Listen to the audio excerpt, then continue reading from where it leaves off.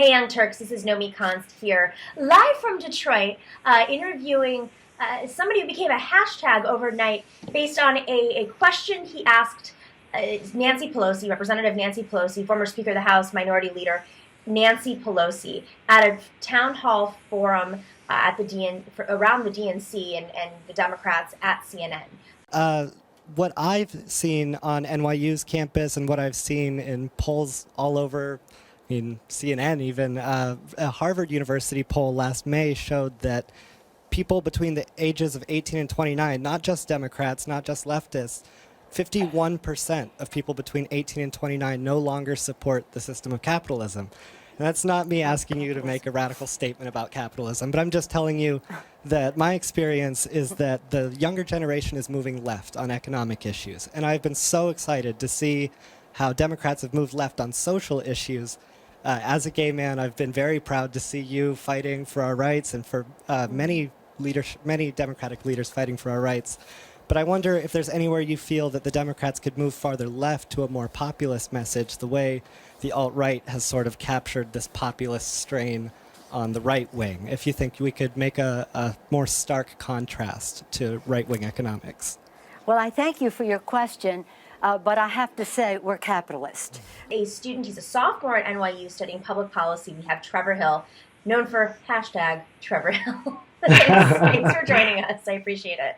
Yeah, thanks for having me, Nomi. I'm super excited. Yeah, absolutely. So you got to go to this forum. How did you find out about it? How did they find you?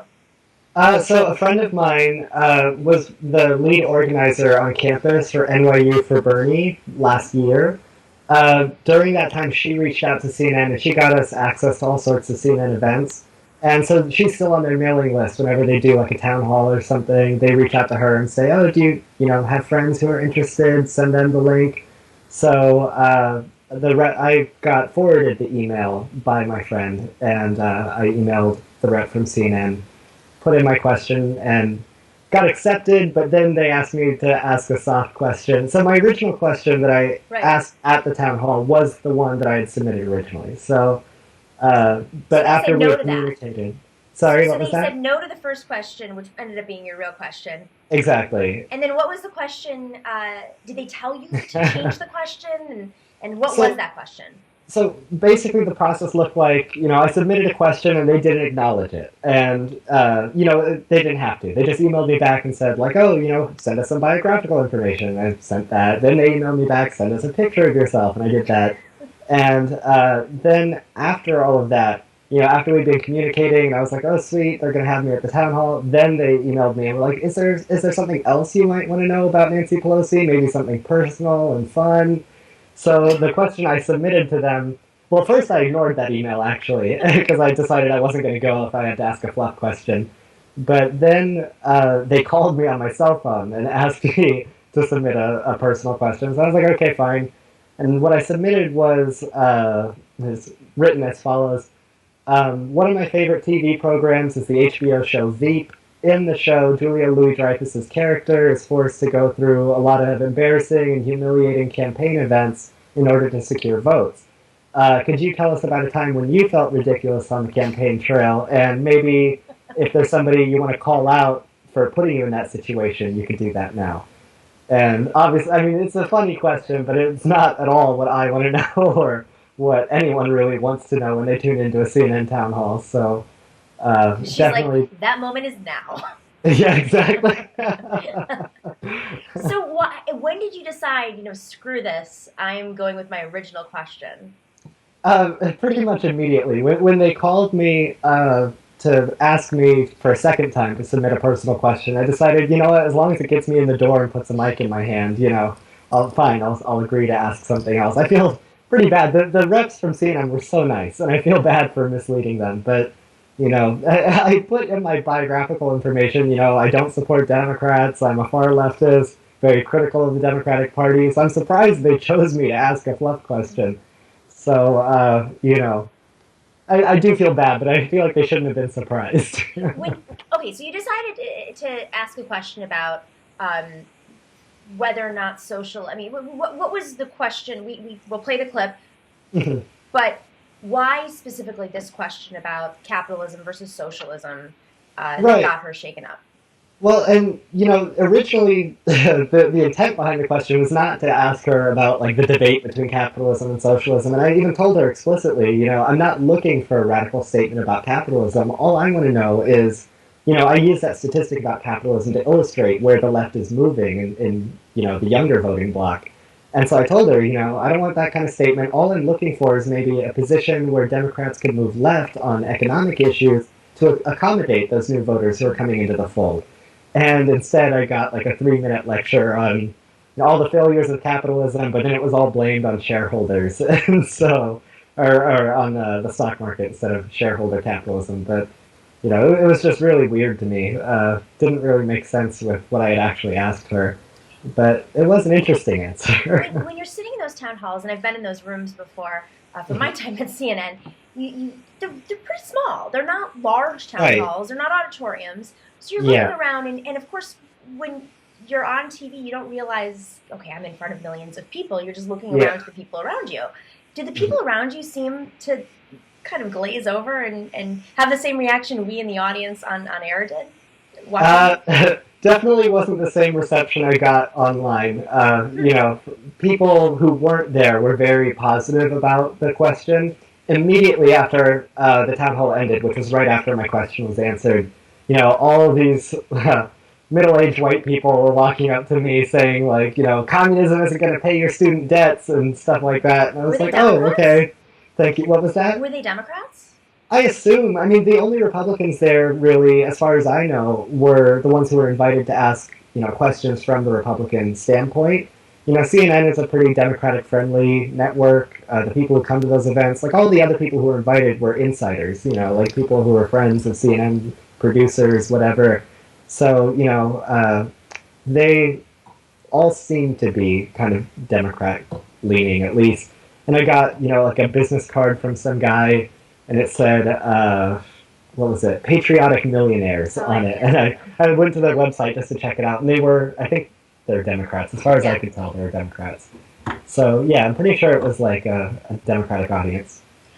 Okay, so you're a student, and you've been involved in politics, and you've flirted with the Democratic Party. You mentioned that you voted for Barack Obama in the past, and were supportive of him at least. Yeah. And now you're not quite engaged in the Democratic Party.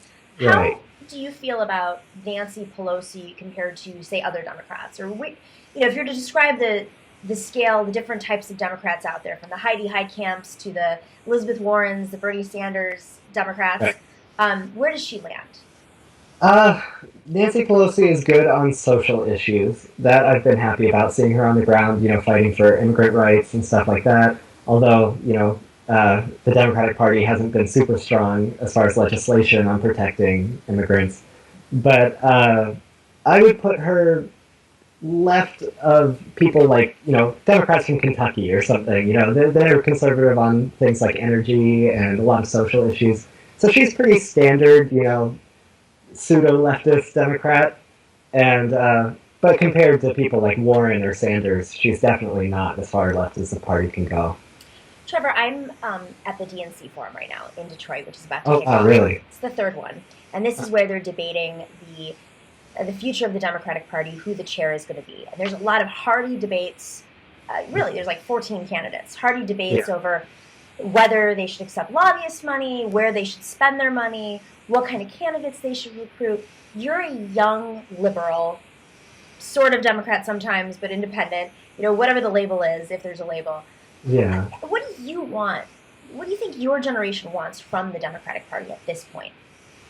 Personally, I mean, I don't have any demands for the Democratic Party. I don't really expect them to be very accommodating to real leftists. But if, it was my dream party, embracing, of course, I've a very far left view of what I would like the future to look like. But for accommodating young people, what we actually, right now, what the environment is supporting in young circles, young political circles, I think rightfully they should be supporting things like democratic socialism, like the Bernie Sanders model. Even though I don't agree with him perfectly on everything, that I feel like is rightfully where they should be in order to really respond to the base.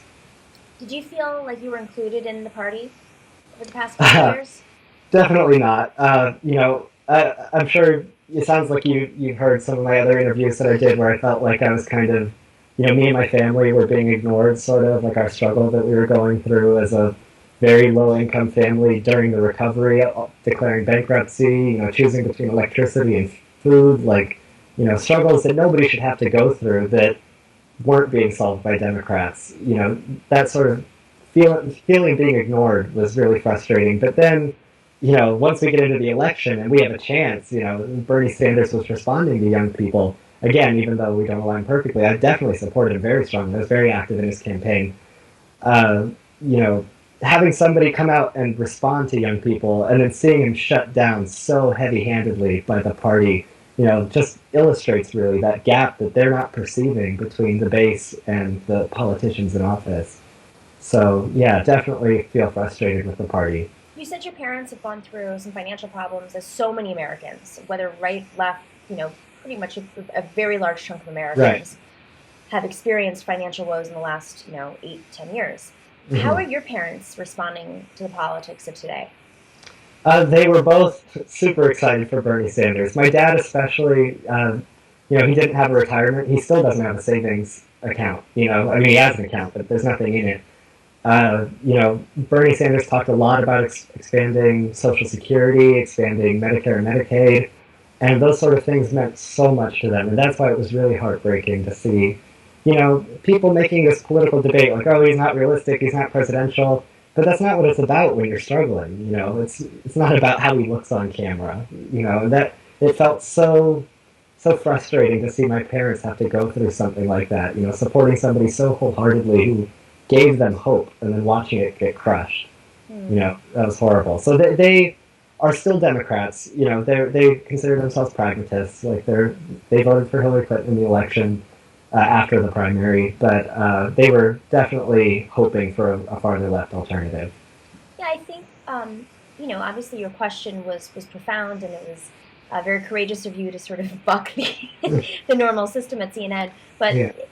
I was really...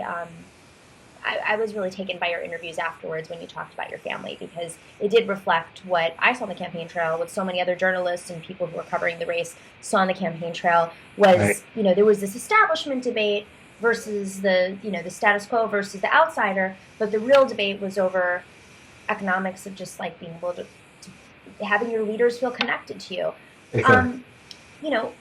Nancy Pelosi's obviously been in office for a long time, and she, as you said, has done some really great things in some ways. But she's not young, and there's definitely got to be a new generation of leadership that takes ownership of the next set of problems. Right. What do you think are the top 3 issues that the Democratic Party may or may not be paying attention to that they should speak to first versus maybe other issues very important but top priority issues? Right. Income inequality has to be number one. They give a lot of lip service to that, but I haven't seen a strong fight in Congress or on the Senate floor. Police brutality is something that's unprecedented. We're finally seeing left organization on the ground in a way that hasn't been seen in 50 years. And the police are coming in and just crushing it every time I see it. And it's disappointing. Those are average people too. And so, they're just responding to their job description. It's something that needs reform on a government level. And third, Wall Street regulation, corporate influence in politics, basically tackling big money, I think would have to be number 3. Trevor, where do you see yourself going after college? What's the next step? While you're in college, who's to say you have to start when you graduate? Well, I definitely want to focus first on education. I'm getting involved with some leftist organizations, both in and off campus, or on and off campus. And but after college, my plan has always been to run for office. So post-education, definitely going to run for some kind of local office. I've always wanted to go into a state legislature, or, if I'm so lucky, Congress, but that would probably require some campaign reform prior to that. Or campaign finance reform, I'm sorry. And because it's too expensive? Yeah, exactly. Unless you've got a personal fortune that you're sitting on, or big wealthy friends, there's no access. Right. So yeah, Where do you they're want to definitely run? running for office. Sorry, what Where was do you want that? to run? Sorry, what? Where do you want to run? Oh, San Diego. I'm going back home after I graduate. I'm from San Diego, studying in New York, but I'm going to go back home where all my family's at and run there. All right, I have to ask you one question about NYU, just because it's Yeah. timely. Did you see the protest that happened last night? I was there. You were. So tell us what happened. Like, the media's portraying a lot of other stuff. What did you see from your perspective? So I got there after, what was his name, McKinnon? Gavin Or- McInnes. Yeah. Once he had already gone inside to speak. And so we had all the leftist organizations, the Antifa, they were all outside protesting. And right after I got there, this group, they're called the Proud Boys. They're like a openly white supremacist group of, all men. And they marched in singing some ridiculous song. It had nothing to do with politics. They were just laughing and singing, just being general dicks, basically. And deliberately walked into the group of protesters and started shoving them around, like trying to get inside, just, disrupt them and frustrate them.